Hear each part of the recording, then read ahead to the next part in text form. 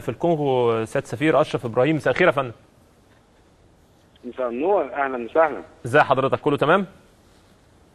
الحمد لله الحمد لله. الحمد لله. فندم، يعني الحقيقه احداث مؤسفه في لقاء امبارح مازيمبي وفيتا فيتا كلوب، وعارفين وحضرتك عارف طبعا ان الزمالك رايح هناك والوضع الامني صعب. يعني حضرتك ممكن برضو تشرح لنا الوضع على الارض عامل ازاي، خصوصا ان كان النهارده في حديث مع الخارجيه المصريه لتامين فريق الزمالك.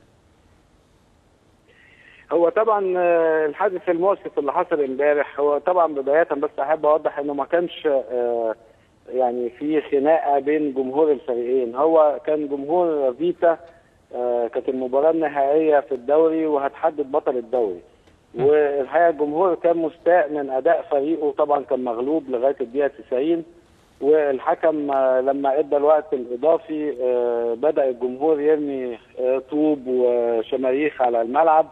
الحكم انهى المباراه.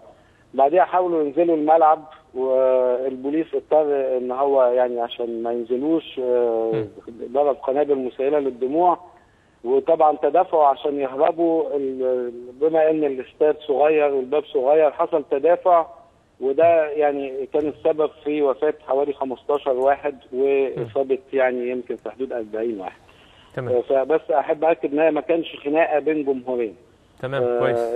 انما بالنسبه للوضع الامني طبعا هو الوضع متوتر، لان جماهير فيتا معتبره ان البوليس الكونغولي هو السبب في اللي حصل. النهارده طبعا مجلس الوزراء كان عامل اجتماع واكدوا ان البوليس ما كانش فيه اي اطلاق رصاص، وان العمليه كلها كانت مجرد سببها التدافع بين الجماهير. الوضع الامني هو ما اعتقدش انه خطر قوي. هو طبعا انا الحاجه اللي بفكر فيها انه الاستاد اللي هيلعبوا عليه هو استاد صغير جدا، ما فيهوش تامين كافي، اوض اللبس فيه مش كويسه، ودي مشكلتي الرئيسيه معاه طبعا. لان انا الاسماعيلي من شهرين لعب في نفس الملعب، بس طبعا الفريق اللي كان بيلعب قدامه الاسماعيلي كان صغير. طبعا السبب ان الاستاد الرئيسي مقفول، لان هيتعمل عليه بطوله الناشئين، بطوله افريقيا للناشئين السنه الجايه، وهم بيعملوا فيه اصلاحات. فدي مشكلتي الرئيسيه. طبعا انا عملت اتصالات مع نادي الزمالك، وعملت اتصالات هنا مع اتحاد الكوره ومع يعني البوليس الكونغولي، بحيث ان احنا نامن المباراه باقصى قدر ممكن، بحيث ان يبقى في تامين للعيبه وللاداريين والجهاز الفني ولاي جماهير مصريه سواء من الجاليه او جايين من مصر بالنسبه للمباراه. تمام. طبعا الزمالك اتفضل يا فندم. طبعا نادي الزمالك كان خاطب الاتحاد المصري عشان يخاطب الاتحاد الكونغولي والاتحاد الافريقي عشان ينقلوا المباراه من كنشاسا. طبعا انا في تقديري ان ده شيء صعب جدا، لان ده الاستاد الوحيد اللي متاح في كنشاسا. لا، هم بيتكلموا يا فندم ان ينقلوا بلد ثانيه، مش استاد ثاني. انا فاهم، انا عارف طبعا، والاتحاد الافريقي طبعا ده قراره في النهايه هو اللي بيحدد. اللي انا عرفته ان الاتحاد الافريقي طالب الاتحاد الكونغولي انه يوفيه بخطه تامين المباراه، وفي كده هياخد طبعا قراره بالنسبه لعمليه لمكان اقامه لكن حضرتك يا فندم على المستوى الشخصي كحضرتك مسؤول مصري، شايف حضرتك ان الوضع الامني يسمح ان فريق نادي الزمالك يجي ويكون مؤمن ويلعبوا ويرجعوا بالسلامه؟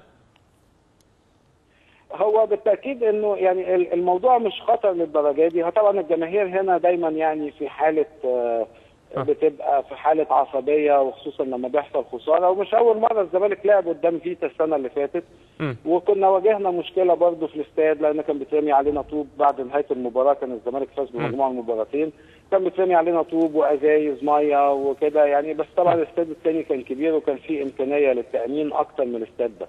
فانا طبعا يعني الخطر مش كبير، بس طبعا انا بالتاكيد ان انا كمسؤول برضه قلقان ان ممكن يحصل اي حاجه.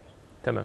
بوجه يا فندم لحضرتك الشكر، شكرا جزيلا سياده السفير اشرف ابراهيم سفير مصر في الكونغو. وضع الحقيقه صعب، ونتمنى ان شاء الله باذن الله الخير لفريق نادي الزمالك، وان شاء الله باذن الله الاصلح يعني يتحركوا فيه. كابتن احمد، زياره وفد الفيفا، اخبار جات لنا من الكواليس ومن جوه ومن بره، من تصريحات ان اتحاد الكره قدم الملف وقدم الجوابات وقدم ما يفيد صحه موقفه وعدم التدخل الحكومي، عدم تباطؤه في ارسال الجوابات، والناس تفهمت. وكان في لقاء مع استاذ جمال علام واكد نفس الكلام. العميد ثروت سويلم قال الناس تفهمت، واحنا اكدنا ما يفيد ذلك. انا بس عندي اكتر يعني كذا، يعني مش طبعا مش هكرر كلام الاستاذ جمال ولا العميد ثروت سويلم ولا حتى الاستاذ مجدي شمس الدين اللي شفته.